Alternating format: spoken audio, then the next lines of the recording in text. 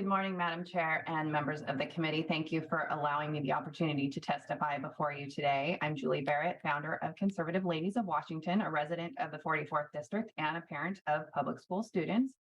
I'm speaking today representing myself and thousands of other parents in opposition to Senate Bill 5019. As this body knows, our state has a very diverse population of people, and the regions of our state vary from high-tech, fast-paced urban life to rural farm life with not a neighbor in sight and maybe not even cell service. Our schools reflect this diversity, which is why it is critical for us to respect the voice of the voters in each of the school districts around our state. This bill would not allow for local school boards and districts to determine what type of staff would best provide social and emotional support to their students.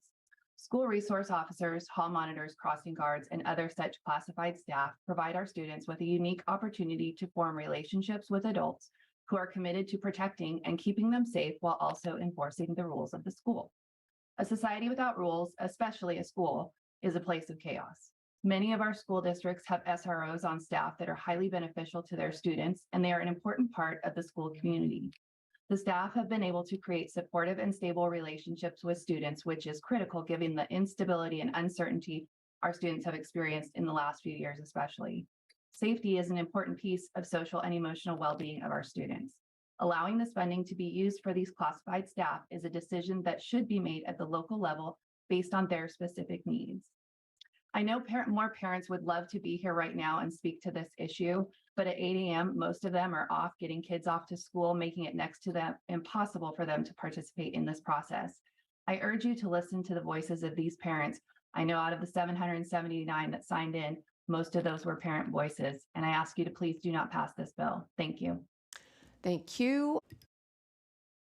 And while they're locating them, would you like to read into the record those who have signed in not wishing to testify? Madam Chair, we have 779 total non-testifiers, 14 pro, 765 con. Thank you. We can see you. Please proceed. Good morning, ladies and gentlemen of the committee. My name is Eric Pratt. I am in the 24th Legislative District, and I am just a parent. I got two kids, school age. They're both in school. And I took a little interest in this bill because as a parent, I'm in a small district, a rural district. We don't have a lot of money. It seems like 1664, the changes that this bill promotes from 1664 benefit schools in general. And in sort of reviewing this, what it looks like is that the fixes are due to, in 5019, are a result of some problems with some previous legislation. So it sounds like somebody baked a cake in last year, and it was for a certain group of people, but it just so happened that other people were also invited to the cake party, and now they don't want to share their cake.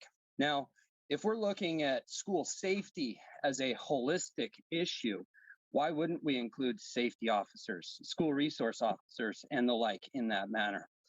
I mean, nobody doesn't want to do without nurses and other licensed staff, but if the all-encompassing idea here is to create a safer, all right, and more conducive environment for learning, then a school resource officer and the ability of the districts to control whether or not they hire and use their funds accordingly as they see fit seem pretty apparently important.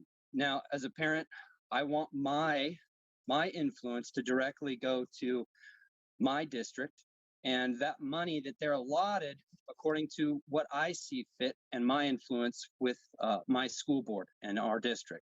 So I don't think this bill is necessary. I think we just keep it the way it is so that the safety of our kids becomes paramount, and it's not just being allocated to certain groups that didn't get kind of what they were looking for last time. So I would suggest that you oppose this bill and have a great morning. Thank you, Mr. Pratt. Your time is up.